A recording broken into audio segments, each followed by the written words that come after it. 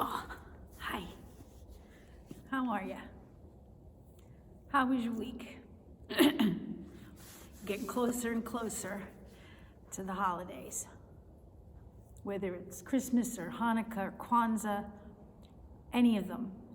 The ones I can't tell you because I don't remember, but we're getting closer to it. And it seems to me that the closer that we get to these holidays, to these celebrations, to these looking forward to having family together, the more stressed we get, the more overwhelmed we get. And a lot of times, that stress and that overwhelmedness, all of that, feels like it's related to family. Family is the most important thing to me in my life. Family. The family I was born with, the family I married, the family that we brought together into this world, and the family that our children brought into this world, but also the family of the people that I love that I was not born into, my friends, the people I work with, the people I go to church with. There can be problems at Christmas time.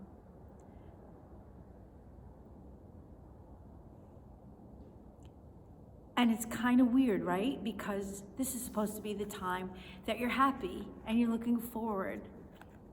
But it's also the time that you become overwhelmed, and then you kind of maybe say something to the people that you do love that's not very nice once in a while. I kind of looked it up in the Bible. What does God say about family? And the first one is from Peter, 1 Peter 4:8. Most importantly, love each other deeply. Love has a way of not looking at other people's sins.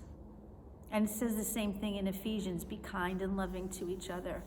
Forgive each other, just as God forgave you in Christ. Colossians, do not be angry with each other, but forgive each other. If someone has done wrong to you, forgive them. Forgive each other because the Lord forgave you. God says it's going to happen. You're going to have some not so good times with people that you love. Forgive them. God does not say you are right. Make sure that you're right. God says forgive them.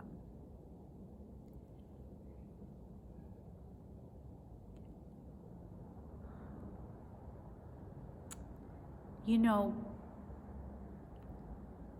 you learn a lot when you go through a crisis in your life.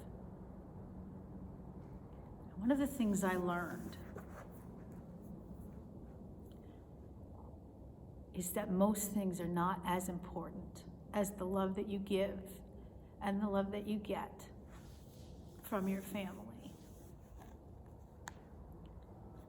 God had Jesus come into this world as a part of a family. He was already in God's family, but now he was a part of a family that was right here, Mary and Joseph and their families. And I think that's because God knows how important it is to have people that back you up and maybe yell at you a little bit. It's not easy. It's not easy when somebody makes you feel bad. Somebody that you have loved your whole life makes you feel bad. It's not easy to forgive. It's not easy to let go. But it's really important. God put these people in your life. I have a friend who's having a hard time. They've experienced a loss again, and they're having a hard time coming together.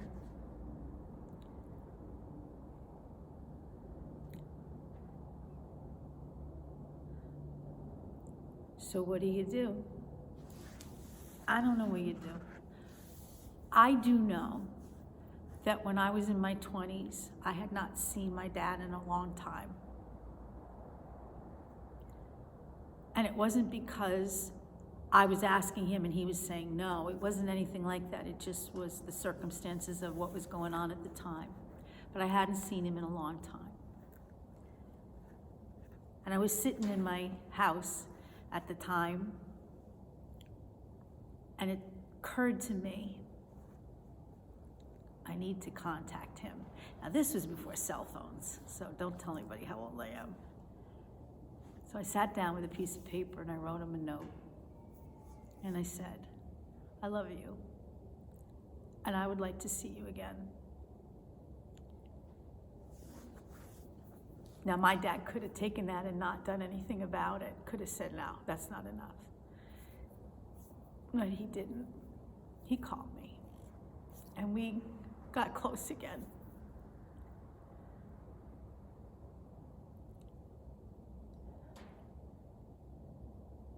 The love that God put in us, the love that God gave us by sending Jesus, that's the most important thing. And we know this. We talk about this every week. And maybe that's why, because it's so important. But that love that God sent us through our mom and our dad and our siblings, through our friends, through our cousins and our kids and grandkids. God sent that for a reason, because that's what gets you through the days. That love. You can call it whatever you want, but I call it love. That you can call your friend on the phone and have a conversation, that you can come to work and listen to each other and share. That you can come to church and people come up and give you a hug. And then I can go home and know that Kenny and I are on the same page. And that my son can call me or FaceTime me or say, come on over, I need you. That my son-in-law and my granddaughter want to be around me sometimes. Love. So God gave us this love. We need to take care of it. We need to nurture it. We need to make it priority number one in our lives. Love trumps everything. It trumps money. It trumps the house that you live in. It trumps the car that you drive. Love is the most important thing. I started out talking about family. It always comes back to love. And family is basically the definition of love. I have a song. And it says by Mariah Carey, I'll be there. You and I must make a pact. We must bring salvation back. Where there is love, I'll be there. I'll reach out my hand to you. I'll have faith in all you do. Just call my name and I'll be there. I'll be there to comfort you. I'll build my world of dreams around you. I'm so glad I found you. I'll be there with a love so strong. I'll be your strength. You know I'll keep holding on. Let me fill your heart with joy and laughter. Togetherness, well, it's all I'm after. Just call my name and I'll be there. You know, I'm so glad I found you. I'll be there with a love so strong. I'll keep holding on. And if you should ever find someone new, yeah, she better be better than you. She better be good to you, because I will be there. Just call my name and I'll be there. Just look over your shoulder and call my name and I'll be there. Okay, the whole thing with the find someone new. The point is, I will always love you.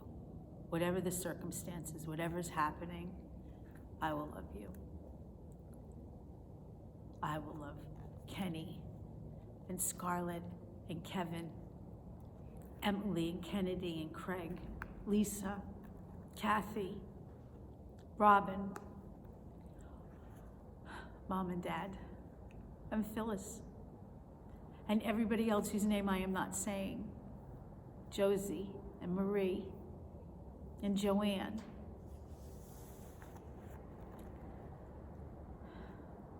The people I work with, the people I go to church with, the people I live near. I will always love you. And I will try to be very nice.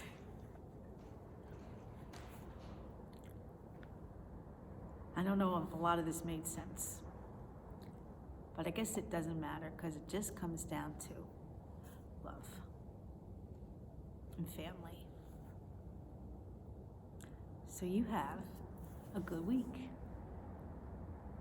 And you know that I love you and I miss you a lot. But we will be together soon. Have a good week.